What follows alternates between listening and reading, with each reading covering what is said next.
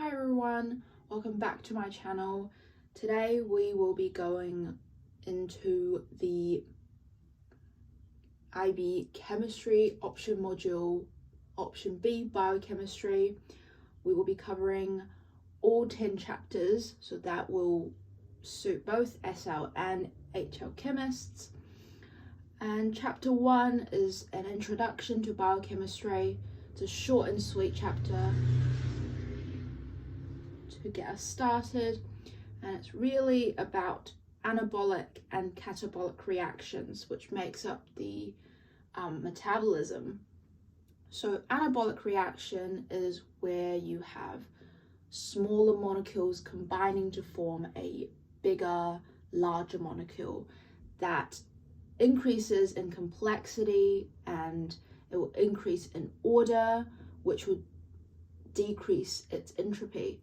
So remember, entropy is the randomness of a system.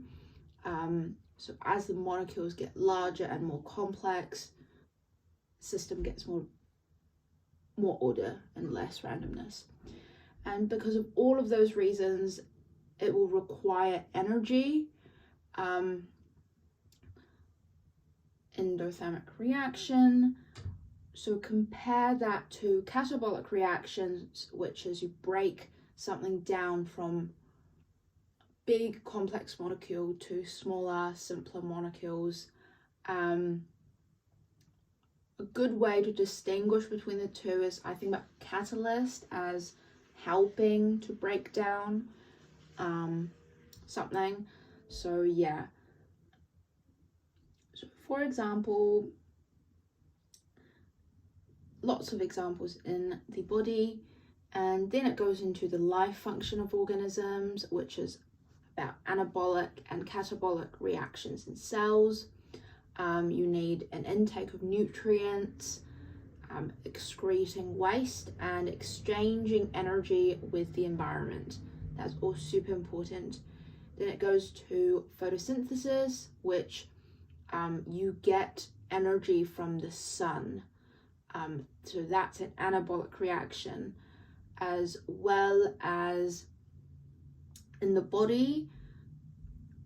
Since anabolic reactions require energy, you get that energy not from the sun, rather it's the chemical energy from food, which we harness by respiration.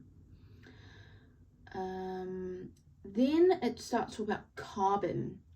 So the good things about carbon is that it's small, it's got a moderate electronegativity, and it's got a pretty good electron configuration, which means it can form up to 4 bonds, which the energy from these bonds can come, it's because of how stable the molecules are and also transformations along the pathway.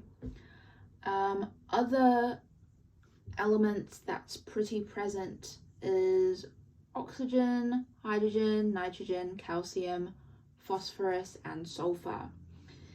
Then it goes into oxidation and reduction. This is not the definition for redox reactions, which is about losing and gaining electrons.